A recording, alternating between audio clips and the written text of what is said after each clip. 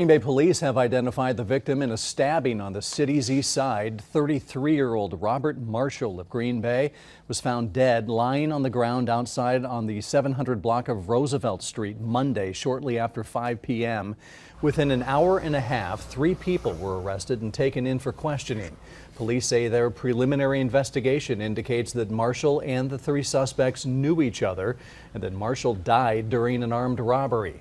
The 3 suspects are expected to appear in Brown County Court tomorrow.